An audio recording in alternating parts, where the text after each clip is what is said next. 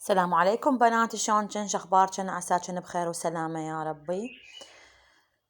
وهاي الصينية الحلوة النواشف، كبة وطماطة وجبن وخيار وزلاطة، والحمد لله والشكر يا ربي. هنا كان هذا عشانه، وسويت كبة. والله حيرة. هو هنا بديت العصر قبل يعني ورا الظهر بديت أنظف المطبخ. هنا بديت أكنس بيه. أنا عندي مكناسة كهربائية بس مو مثل هاي اليدوية، تنظف أكثر. يعني مثلا جوا الكاونتر، جوا الميوزة، جوا الشرباية، شغلات إذا مو بهاي ما أقدر. وهنا بديت أكنس المطبخ، كنسته كله ونظفته، حتى من أسوي عشاء بالي مرتاح، ما وراي تنظيف وتعب.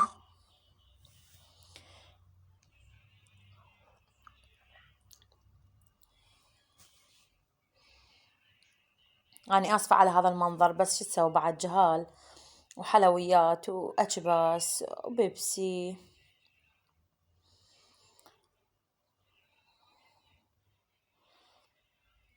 وهاي مديت إيدي هم جوا الكاونتر، جوا ستينج. هنا هاي الأوراق كانوا يقرون.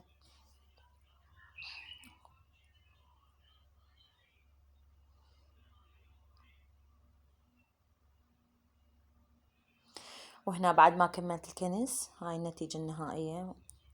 الكاربت صار يلمع لمع. وهاي جودلية مخليها نقعد عليها هنا. وشوفوا الكارثة، هاي مواعين الغداء، القدورة والطاوات المواعين والقلاصات الشاي. فما حبيت أضوجكم واغسل وياكم مواعين، انتم ما تحبون البرد والهذا. وهنا أنا سويت محلبي همينة. تعالوا ولا سوينا محلبي وذرة.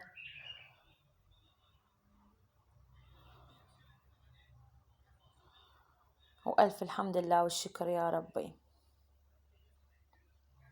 هنا التعلولة صارت قبل العشاء، يعني صار الفيديو يعني شوية متسرع.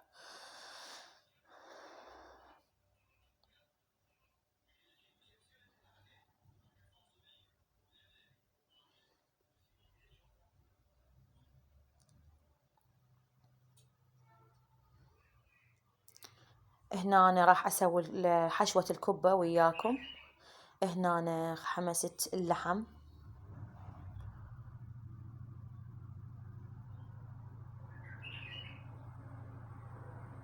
أخلي بالبداية هو يحمس ويغير لونه، وبعدين أضيف عليه البصل.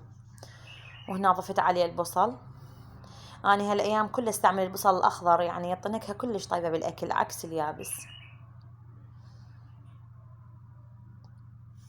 حتى بالمروقات يعني اللحم الحمس بالهاي. هنا كملت الحمس، وهاي قاعد اراويكم الحشو. هنا هذا التمن.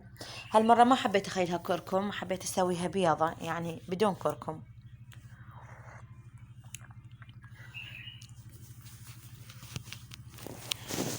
وراح الف الكبة وياكم، وراح استغله في الكبة واسولف وياكم شوية، واقولكم كل عام وانتم بخير، صحة وسلامة، ان شاء الله سنة جديدة كلها تفاؤل وأمل وطيبة وعافية إن شاء الله عليكم.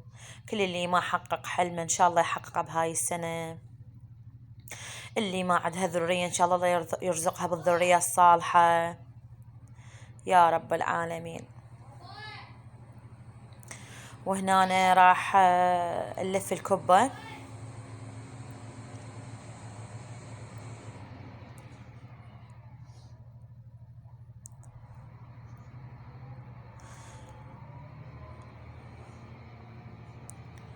شلونكم بهذا البرد؟ الدنيا كلش باردة والجو بارد كلش هالأيام، والله العظيم. يعني لا الصوبات تفيد لا هاي. خطية جهال قاعد يتمرضون. اسم الله على جهالكم.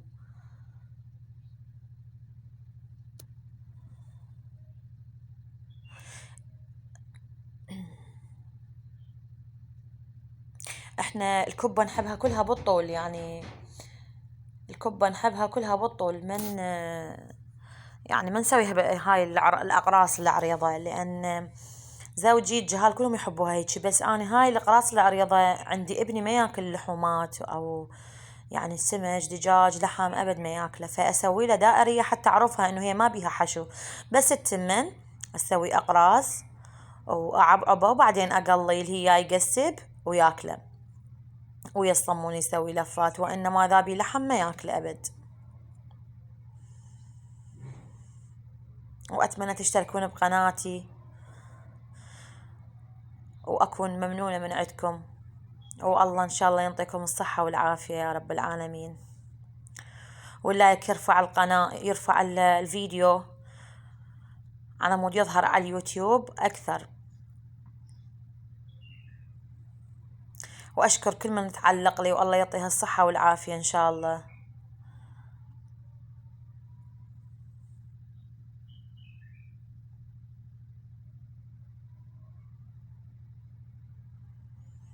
بنات كتبونا تعليقات، أحب أقرأ تعليقاتكم وأتونس بيهن إن شاء الله. الله يعطيكم الصحة والعافية. وهاقع أراويكم الكوباية، وهنا كملت اللف، صارت عندي هاي الكمية، وأكو على الطبلة هماتين، وسهمكم ألف عافية إن شاء الله يا الله يا أخي.